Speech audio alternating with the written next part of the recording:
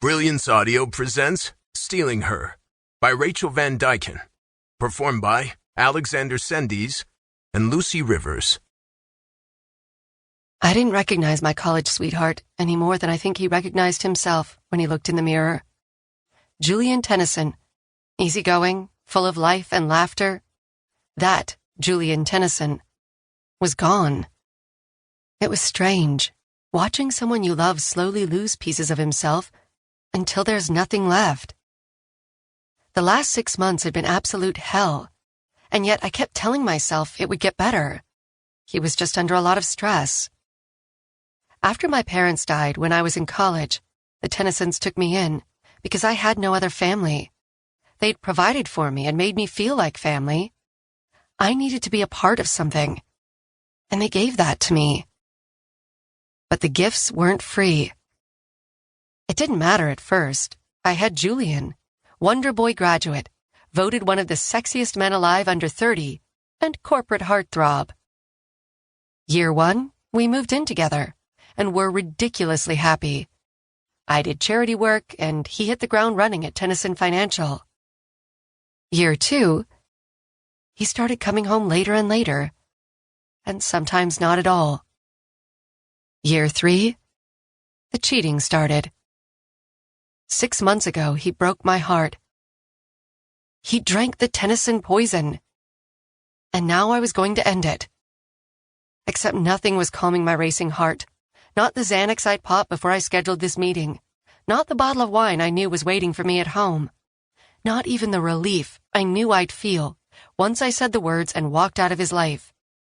Out of the cult that was the Tennyson family, with all of their dark secrets, greed, and textbook narcissism. I shuddered. I couldn't do it anymore. I couldn't live in a constant state of walking on eggshells. I would never be what my fiancé or his father wanted. I was good, just not good enough. Another late night? Mom asked when I dropped my workout bag on the couch and went in search of a beer. She knew the answer, yet she always had to ask the question, didn't she? I smiled a bit as I dipped my head into the small worn fridge and pulled out an IPA. Not too late. Her smile was frail as she got up and tried to stand. I moved so fast the beer almost toppled over the counter. She was only in her late 50s, but you'd think she was in her 70s the way she moved these days. Gastroparesis did that to a person.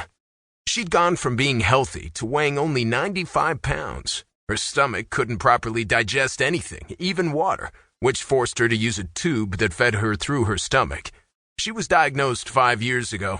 We figured that we would just fight it any way we could.